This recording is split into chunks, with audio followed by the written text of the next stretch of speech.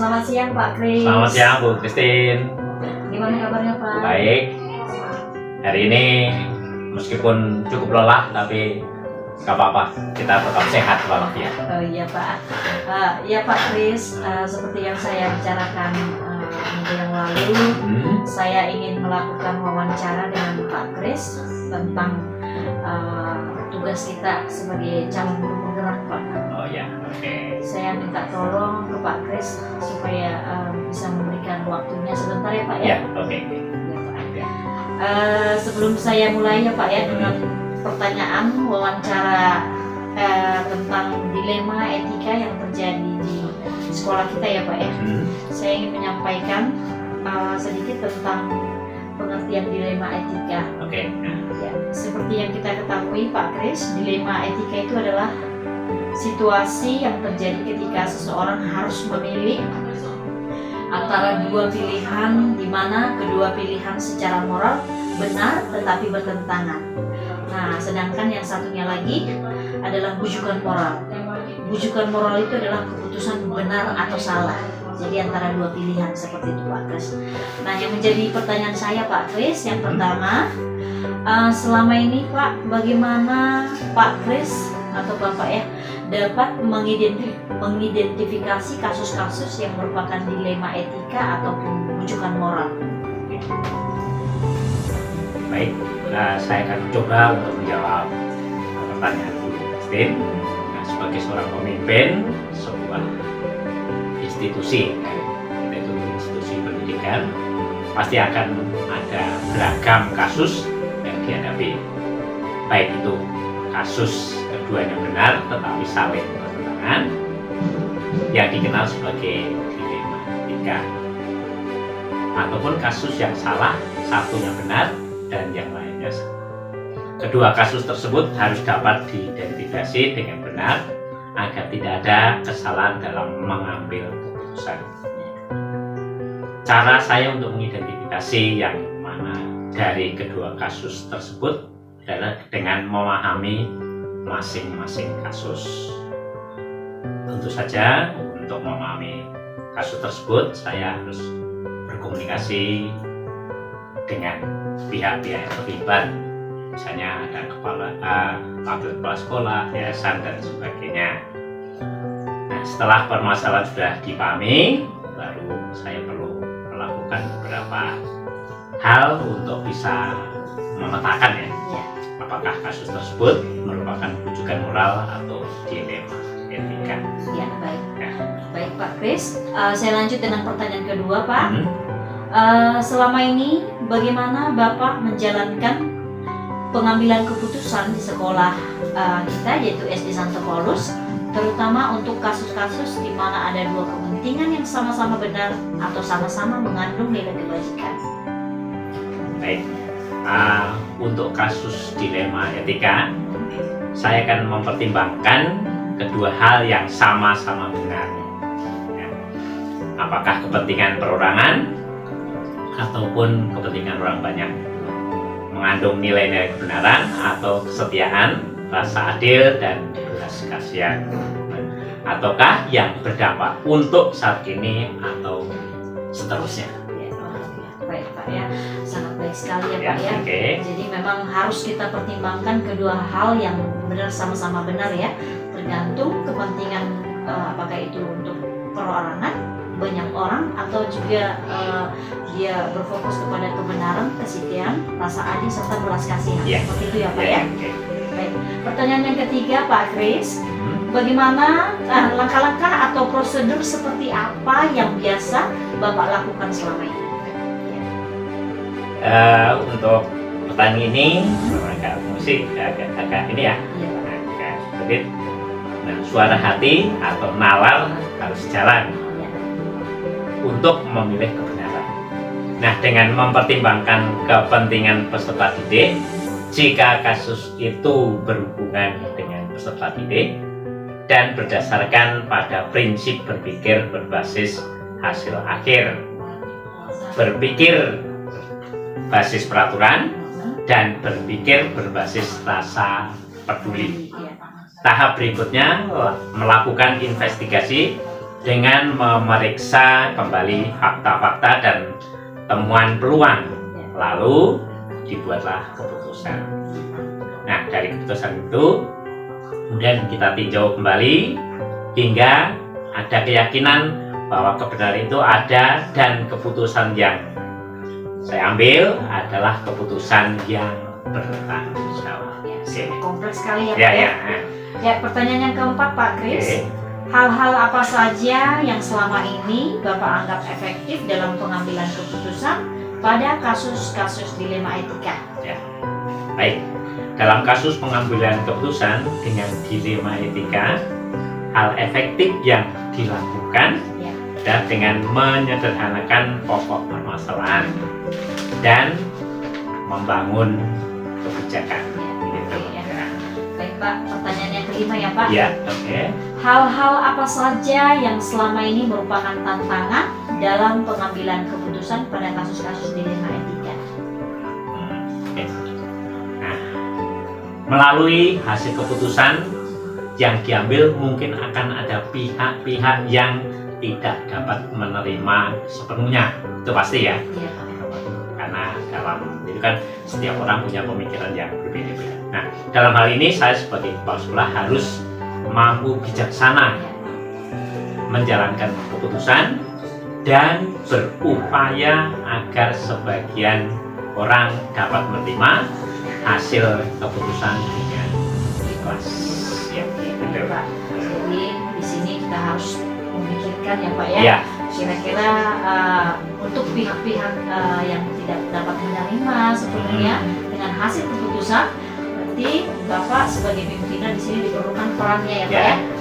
Yaitu untuk membuat suasana lebih kondusif Ya, seperti ya, itu ya, Pak ya. Ya. Baik, Pak, pertanyaan yang keenam, Oke. apakah Bapak memiliki sebuah tata kala atau jadwal tertentu dalam sebuah penyelesaian kasus dilema etika? Apakah Bapak langsung menyelesaikan di tempat atau mungkin memiliki sebuah jadwal untuk menyelesaikannya dalam bentuk atau prosedur seperti apa yang Bapak jalankan? Baik. Ya. Sebenarnya kalau mengenai permasalahan ini tidak ada jadwal ya, tidak ada jadwal dalam penyelesaian sebuah kasus.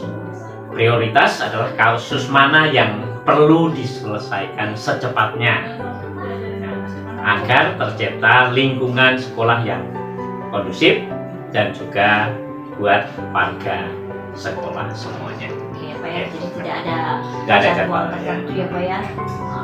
Baik, Pak, pertanyaan yang ketujuh, adakah seseorang atau faktor-faktor apa yang selama ini mempermudah atau membantu Bapak dalam pengambilan keputusan dalam kasus-kasus dilema etika, Pak?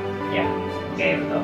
Ini kita yang perlu adalah komunikasi yang baik dengan semua warga sekolah, ya. Mengelola emosi, ya, semua warga sekolah juga, dan memahami tentang teori pengambilan keputusan sebagai seorang pimpinan menjadi faktor yang mempermudah ya, dan membantu dalam pengambilan keputusan. Bagus ya, tadi ada komunikasi yang Ya, baik ya, Pak ya, dengan semua warga sekolah. Artinya kita sebagai pemimpin pembelajar ya, tidak hanya kepala sekolah juga ya, Pak ya. Semuanya kita Tentunya libatkan. Bapak Ibu guru ya harus mampu menjadi pemimpin pembelajar juga ya, Pak ya, dan harus menjalin komunikasi yang baik antar teman sejawat ataupun dengan karyawan yang lain seperti itu ya, Pak ya. Oke. Pertanyaan terakhir nih Pak Kris ya. Dari semua hal yang telah disampaikan ya Pak ya, tadi sudah ada pertanyaan 1 sampai 7 ya Pak ya. Begitu sangat kompleks ya Pak ya pertanyaannya, dan ini yang terakhir Pak. Kira-kira pembelajaran apa yang Bapak bisa petik dari pengalaman Pak Kris sendiri selama mengambil keputusan dilema etika seperti itu? Nah, dalam mengambil sebuah keputusan, maka mengidentifikasi jenis kasus itu perlu, harus bisa dilakukan lebih awal ya, supaya jangan sampai terlambat ya. Kemudian melakukan pengujian lalu melakukan pengujian benar lawan benar Ya. untuk dapat menentukan paradigma apa yang akan kita pilih sehingga keputusan bisa diambil sesuai dengan prinsip-prinsip yang tidak merugikan siswa atau pihak terkait. Ya, oke, baik Pak Kris ya. Ya. Jadi pembelajaran yang bisa kita petik dari pengalaman Pak Kris ya selama menjadi pemimpin pembelajar ya, khususnya sebagai kepala sekolah ya Pak ya di SD Santo Paulus, itu yang pertama tadi mengidentifikasi Ya. jenis kasus harus bisa dilakukan lebih Di awal, Oke. tentunya dengan melakukan pengujian, lalu melakukan pengujian benar lawan benar, Benar.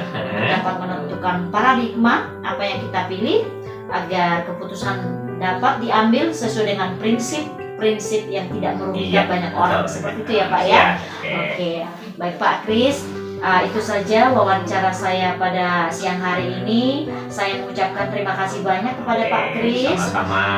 Apabila ada kesalahan yang saya perbuat, saya mohon maaf ya Pak Ya, Kris. oke, sama-sama. Terima kasih ya Pak Ya, sudah oke. mendukung. Oke. Baik Pak. Semoga semuanya lancar. Iya Pak, Ya. terima kasih.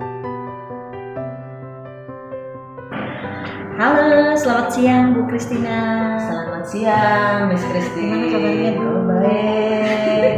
Sehat ya Bu ya. Sehat, amin. Puji Tuhan. Ya, baik Bu Kristina, seperti yang saya info kemarin, hari ini saya ada tugas wawancara. Kebetulan saya di guru penggerak ada tugas untuk melakukan wawancara dengan kepala sekolah. Saya mohon kesediaan waktunya ya Bu Kristina. Baik, Miss. Akan saya bantu. Ya, Bu. Baiklah Bu Kristina, kita mulai ya Bu ya. Oke. Yang pertama, saat ini kita lagi berbicara soal tentang dilema etika dan juga rujukan moral.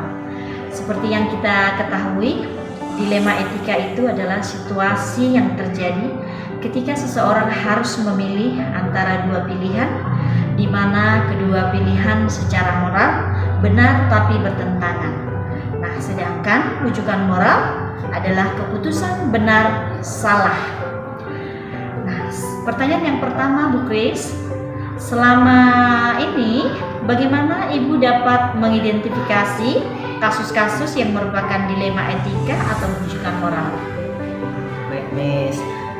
Kasus dilema etika ini biasanya itu cenderung muncul karena adanya kepentingan yang tidak sama di antara unsur-unsur yang ada di sekolah yang kemudian itu menjadi isu dan bahan diskusi serta pembicaraan di antara unsur sekolah.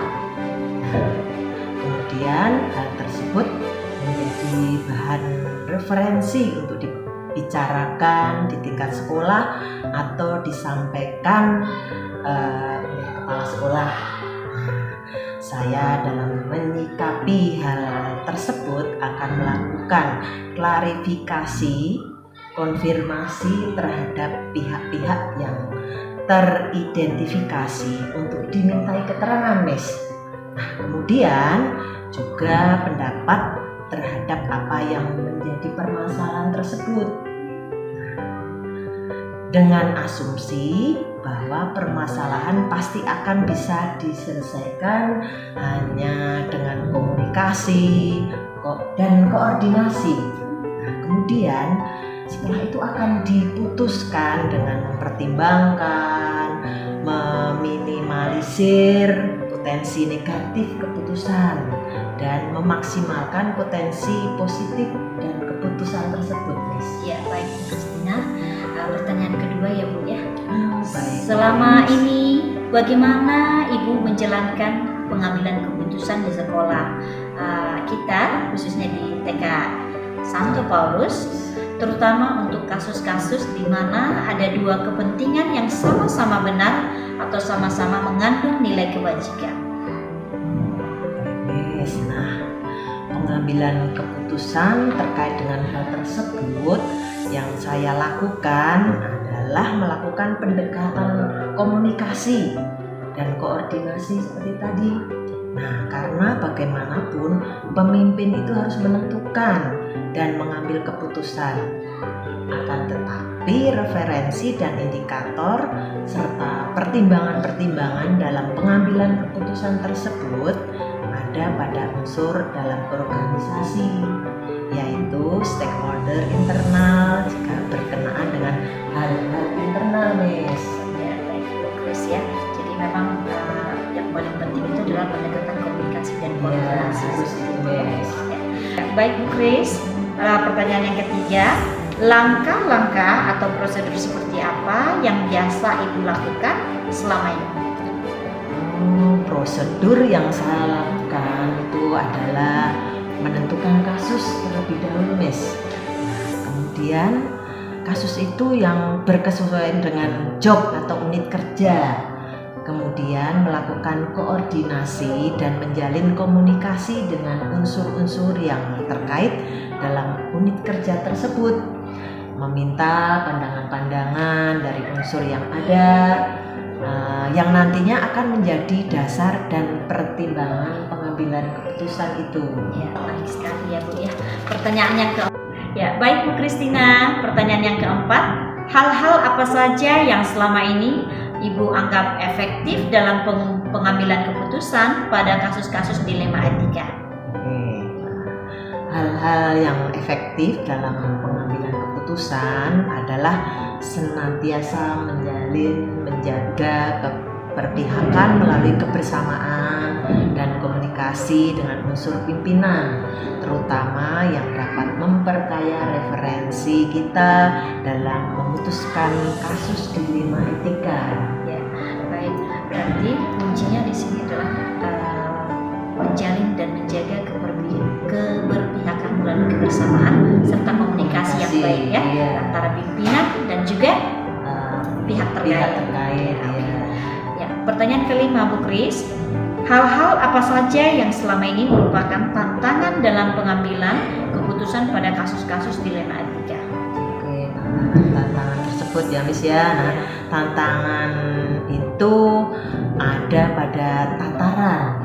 Nah, menyesuaikan diri terhadap keputusan yang sudah diambil yang tidak mungkin kita memuaskan kedua belah pihak. Nah, akan tetapi paling tidak meminimalisir kekecewaan karena proses pengambilan keputusan sudah dilakukan dengan melibatkan unsur-unsur yang relevan yang ada di sekolah. Ya, seperti itu ya. Jadi memang yang menjadi tantangan ya dalam pengambilan keputusan selama ini adalah bagaimana kita menyesuaikan diri dengan keputusan yang sudah kita ambil ya. Tentunya memang pasti ada yang tidak setuju ya Bu ya dari semua keputusan yang kita ambil. Jadi peran kepala sekolah di sini benar-benar sangat dibutuhkan ya Bu ya. Oke. Ya, pertanyaan yang ke-6 Bu, apakah Anda atau Ibu memiliki sebuah tata kelola atau jadwal tertentu dalam menyesuaikan penyelesaian kasus dilema etika? Apakah Ibu langsung menyelesaikannya di tempat atau memiliki sebuah jadwal untuk menyelesaikannya? Bentuk atau prosedur seperti apa yang Ibu jalankan? Untuk jadwal tertentu tidak ada, akan tetapi substansi dan urgensi sangat diperhatikan di dalam menyelesaikan permasalahan, karena dalam menyelesaikan permasalahan semakin cepat maka akan semakin baik dalam rangka menjaga harmonisasi dalam lingkungan kerja, Miss. Ya, oke ya, baik sekali ya Bu ya. Lalu pertanyaan ke-7 ya Bu Kris, adakah seseorang atau faktor-faktor apa yang selama ini mempermudah atau membantu Ibu dalam pengambilan keputusan dalam kasus-kasus dilema etika? Seseorang atau faktor-faktor yang mempermudah ya. Nah, dalam pengambilan keputusan sesungguhnya tidak ada yang khusus. Akan tetapi pelibatan unsur-unsur intensi sekolah sering dilakukan untuk memperkaya referensi dan informasi. Satu pertanyaan terakhir ya Bu Kris ya. Dari semua hal yang disampaikan barusan ya, ada banyak ya Bu ya, dari pertanyaan 1 sampai ke 7 ya. Nah, ini yang terakhir, pembelajaran apa yang dapat Ibu petik dari pengalaman Ibu selama mengambil keputusan dilema etika? Oke, baik Miss. Yang pembelajaran yang kami dapat yaitu yang pertama tuh memahami konteks permasalahan ya. Kemudian selanjutnya itu koordinasi dan komunikasi sangat penting adanya ya, karena selain itu menjaga harmonisasi lingkungan kerja tentu saja, juga untuk memperbanyak referensi seperti itu Miss. Baik ya Bu Kris ya, memang sangat baik sekali ya, dan sudah jelas ya Ibu Kristina menjelaskan dengan baik bagaimana proses pengambilan keputusan ya yang menjadi dilema etika selama ini ya. Tentunya memang tidak mudah, tetapi memang Ibu sebagai kepala sekolah harus benar-benar menjadi seorang pemimpin pembelajar yang baik bagi pihak-pihak terkait, khususnya kita warga sekolah di SD di TK Santo Paulus ya, seperti itu. Baik Bu Kristina, terima kasih banyak atas waktunya yang sudah diberikan kepada saya saat ini, sehingga wawancara saya dapat berjalan dengan baik. Saya ucapkan terima kasih dan mohon maaf apabila ada kesalahan yang saya perbuat ya Bu ya. Sama-sama Miss, terima kasih juga. Terima kasih ya Bu ya.